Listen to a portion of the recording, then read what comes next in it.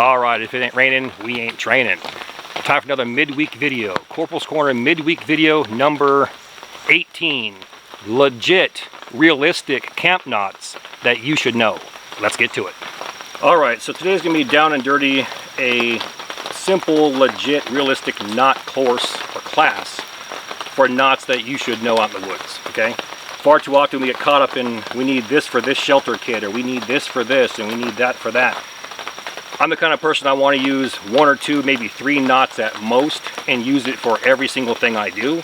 And that's the theme of my videos. You've seen me create wonders of the world using arbor knots.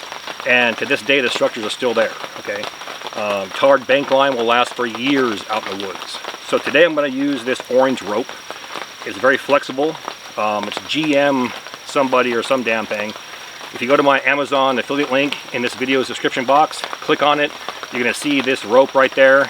It's good to practice with. It's large enough where you can manipulate it. It's also flexible where I can just simply move it around without it being stiff or sticking. So it's a good rope to train with, so check that out.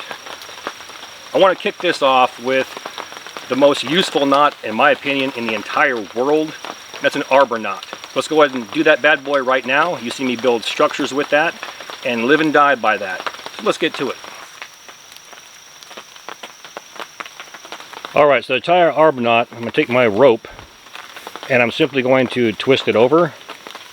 I'm going to land it down and then pull the piece all the way through. You're going to have a loop and a pretzel knot right here, okay? Very simple. Now taking our short end, all we're going to do is we're going to twist it again and then go through it and create an overhand knot or a stopper knot. So we have a slip loop and 2 pretzel knots. And when you tighten it up, they'll slam together right here, and then this piece will go down to the other knot here and lock itself into place as well. Now, big disclaimer. If you're going to teach knots, or you're going to learn knots in your case, it's pointless to be able to just tie the knot. You need to be able to tie that knot around someone or something to make it realistic. That's why I said legit realistic, okay? I can tie arbor knots all day around my finger, but can I now tie it around a tree stump or another log to ratchet it down and make it tight for my structure or for what I'm using it, for what its main purpose is, okay? That's where it gets tricky, okay? That's where you separate learning to the hows and whys. In my opinion, once again, if you're going to teach something like this, it needs to be realistic. So let's now make this realistic. Here's our tree trunk. I'm going to tie an arbor knot around this. Here's my short end, my long end, okay? What we're going to do here is we're going to go around the long end, then back through our opening. There's our first pretzel knot that we did in the beginning, okay? We're going to go ahead and make one more pretzel knot the exact same way. Twist it and pull it through. Now we have the exact same thing, but we tied it around an object. So now pulling our long end, we're going to just ratchet it around, feed itself through until both of these knots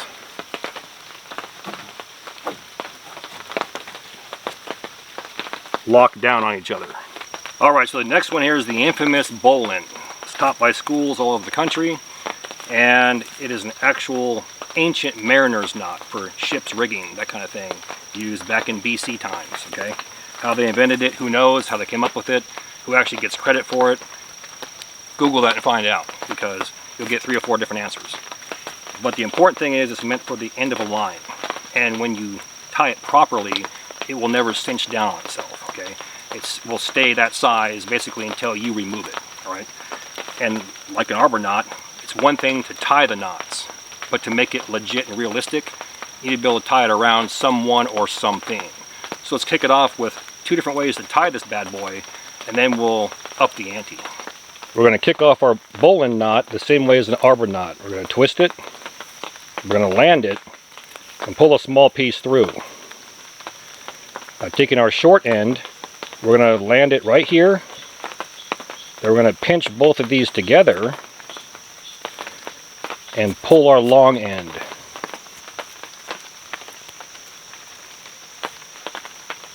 And there you go. Now for the second way to tie a bowline. Everybody's favorite, the way our grandparents used to. Check it out. This one here, we have our short end. We're going to twist it over. And I'm going to say the rabbit comes out of the hole, goes around the tree, then back into this hole again. Then we're simply going to pinch right here and pull here.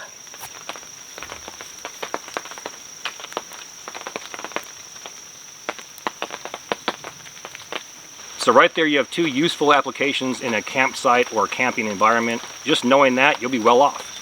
However, a bowline's been used for several decades, if not 100+ years or more, as a rescue knot. And it's being tied around a log or a tree stump, or tied around yourself or someone else. And that's the real indicator of this knot and the benefit of this knot. Just knowing it for a basic campsite, you can now use it to rescue someone by lowering yourself down or pulling them up. Here's our fixed object. This could be a person as well. If it's a person, you want to tie it under their armpits. Okay. We have our long end and our short end. Taking our long end, we're going to twist the rope over, just like this. Then, just like before, we're going to lay it down and pull a small piece through. Okay. Now, taking our short end, I'm going to put it through there and simply pinch it, just like that. Grab our long end and pull it tight. And there is our bowline around a fixed object. So now, just like on our tree, we're going to tie it around ourselves. Okay, it can be our armpit or at our waist, either one. We have our short end, our long end. All we're going to do is twist this over, and just like our tree, we're going to lay it down, pull that small piece through there. Now taking our short end, land it through, bring it around, and then we're going to simply pull it. And there's our bowline tied around ourselves.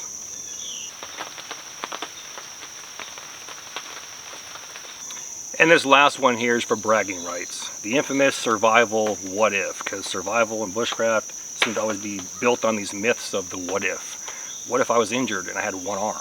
What if I couldn't see what I was doing and I was blindfolded? Okay, reality is that most likely won't happen to you. So we'll play along though. I showed this video on the bowline probably about 7 years ago. I did a blindfolded one-handed bowline. It's been copied by several individuals on their channels over the years, and some of them have copied it verbatim to the frame, claiming they didn't. But it's all good in the hood because you saw it here first. So I'm going to show you how to do a one-handed bowline. It's the exact same method, but you use one hand. Let's get to it. Alright, so we have our one hand. It's under my armpits. My armpits are holding the rope.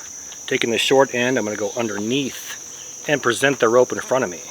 Then we're going to go around the vertical here, and I'm going to hold on to it and then pull my hand through this opening. Once I get to this point here, I'm going to grab the short end and the one that goes around my armpits, and I'm going to hold on to them, then simply step on the long end of my rope and pull up. And there we have our one-handed bowline. So right there you have two useful knots with several applications, and that's just the tip of the spear. You can also rescue yourself or somebody else and tie these around fixed objects. Now let's move into two hitches. A marlin spike hitch followed by a timber hitch. You've seen me use these several different times in my videos, and this is going to be used if you want to remove items from your camp or bring them to your camp to build that camp. Our down tree right here, we want to go ahead and take this away from our camp, or we might want to bring it to our camp to process for firewood or use it to build that camp. So we're going to tie a timber hitch. All we're going to do is go underneath our log. Then from here we're going to go underneath and around. There's a small U right there, okay? Now we're going to simply take our pigtail and twirl it around until the rope is gone.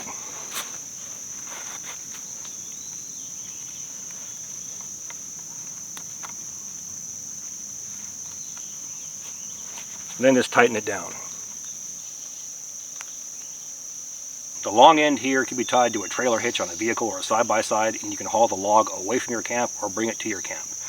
But for me, we're out there in the woods, we're building a camp, we're solo alone, so we want to use manual labor. Now a marline spike hitch. Just like the theme of our arbor knot and our bowline, we're going to do the exact same thing. I'm going to twist it over. We're going to land it, pull that same piece through there, then simply add a stick. It's going to create a T-handle that we can pull on and yank this log out of here. We have our long end. We're going to make a loop. We're going to go towards our log. Lay it down, pull that piece through like we talked about. Now simply land our log inside here, or a stick, pull it tight, and there's our T-handle. We can now pull this log out of here.